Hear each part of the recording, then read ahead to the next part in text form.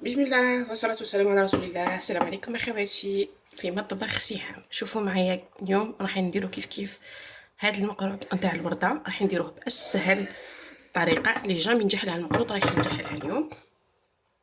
وشوفوا معايا هنايا كيفاش يجي من الداخل. فوالا يجي يذوب ذوبان. شوفوا معايا هنا المقروط تاعنا تاع اليوم راح نديروه بالتمر. الو خليكم معايا لمشاهدة الفيديو حتى لافان وفرجوا ممتعة. نبداو بسم الله على بركه الله في الوصفه نتاعنا. الوغ هنا عندي الكيله اللي عبرت بها هاد الكيل تاع الشوربه. السميد اللي رايحه نخدم به سميد متوسط. الكيله كيما راكم تشوفوا مانيش معمرتها بزاف. والكيله الثالثه رايحه ندير نصها سميد ونكمل نعمرها بالفرينه.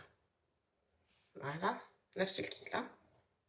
هنا نديرو حوالي ملعقه صغيره نتاع الملح وملعقه كيف صغيره نتاع لافاني. نخلط هكذا كامل المكونات نتاعي. عندي هنايا كيله ناقصه شويه نتاع هنايا سمن ذايب وبارد، رايحه نكملها بالزيت يعني هكذا ونفرغها فوق السميد نتاعنا. وندخل السميد نتاعي يعني طريقه نتاع المقروط اللي كامل نعرفوها. ندخل اليدان في السميد ونبدا نحك في السميد بين يدي.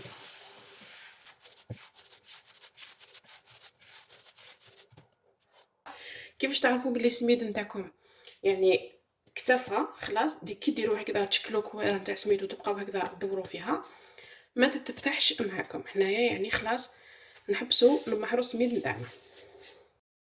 نجو هنا باش نجمعوا المقروط نتاعنا. عندي هنا في الغيسيبيون في الكيله اللي خدمنا بها ندير حبه نتاع البيض، ندير معاها نص الكيله نتاع الزهر، ونكمل نعمر الكيله نتاعي بالماء. نضرب هكذا بيض مع الخليط ونبدا نرش في السميد نتاعي ونخدم برك بالاصابع يعني ما نعجنوش المقروط نتاعنا.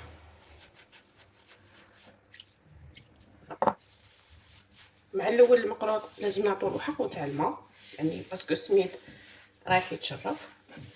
وكما راكم تشوفوا راني نخدم برك بالاصابع نتاعي ما رانيش نعجن يعني. وما تخافوش منه كي تكثروا الماء باسكو رايح يتشرب. فوالا هكذا نغطي العجينه نتاعي ونخليها حوالي ربع ساعه حتى تشرب ونرجع معها. بعد ما فاتت ربع ساعه نرجع للمقروط نتاعي وشوفوا مع المقروط نتاعي نزيدو شويه فقط على السوائل. دوكا نروحو نجيبو الميزان ونوزن كل حبه يعني راح نوزنها من 45 حتى ل 50 غرام. 45 فوالا. للحشو عندي هنا انا رايحه نحشيه بالتمر. هنايا التمر تاعي خدمته غير بالماء كما راكم تشوفوا، وملعقه صغيره نتاع المارغرين يعني كل وحده تخدم تمر بلا فاصون اللي مولفتها هي. انا رايحه نحشيهم بالتمر يعني انا نحب المقروط بالتمر، تحبوا المقروط بالمكسرات يعني احشوا بالحشو اللي تحبوه نتوما. انا جوست هنا ما ياكلوليش المقروط بالمكسرات يعني كامل نحبوه بالتمر. درت هكذا كبيرات نتاع التمر وزنتهم حوالي 15 غرام. نجيب العجينه نتاعي اللي وزنها 45 غرام نفتحوها نحطو فيها هكذا كريه نتاع التمر ونغلطوا عليها بهذه الطريقه. يعني هنا راح نسيو 45 غرام وراح نسيو 50 غرام. نسيو نغلقوا ما نخلوش كامل التشققات في لابول نتاعنا. من بعد انا رايحه نخدم في هاد لي مول تاع الزيريات وكل وحده يعني تخدم بالمول اللي يكون عندها. نجيب هذا المول تاع الورده ورايحه نطبع به هكذا من فوق بهذه الطريقه. يعني هنا كما راكم تشوفوا معايا الحبه راهي تاعنا جات صغيره شويه. نخدموا حبه واحده اخرى ونديروها 50 غرام.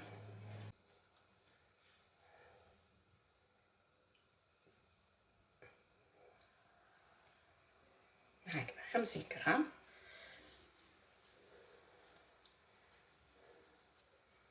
نفتحوها نديرو فيها كريه تاع التمر ونغلقوه ونحطوها فيه. فوالا هكذا نجيبو الطابع ونشوفو.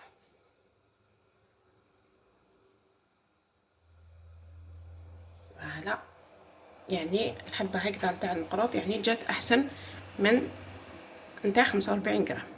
يعني حبه تاع المقروط نتاعنا نديرو فيها 50 غرام. نكمل كامل العجينه اللي عندي، نخدم كامل الكميه تاع المقروط اللي عندي ونرجع معكم. المقروط تاعي بعد ما كامل شكلته في ليمول كيما راكم تشوفوا. هنايا للتزيين درت حبه نتاع النوازيت ولا حبه نتاع البندق، راح نديرها هكذا من فوق.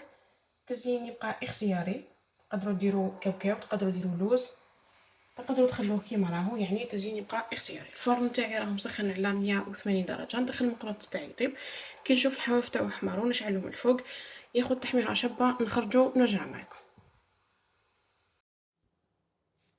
المقروط هنا نتاعنا بعد ما طاب كيما راكم تشوفوا، هنايا التلمون اللي زيرت عليه بهذاك الطابع يعني تفتح. مي ما تخافوش منه كي تشوفوا الشكل تاعو هكذا، دونك غير يبرد يعاود يتلم. هنا نديمو لي المقروط نتاعي ونحطو في بلاطو ونعسلوه.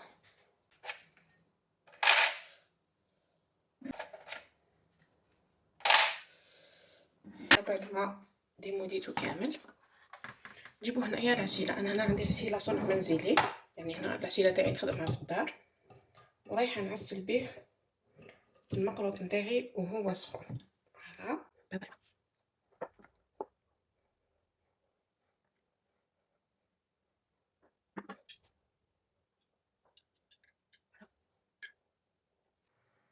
انا رايحه نخلي المقروط نتاعي هنا يتعسل، يعني كل ما خليتوه يتعسل كل ما جاكم مليح. انا رايحه نجي ونقلبو هكذا.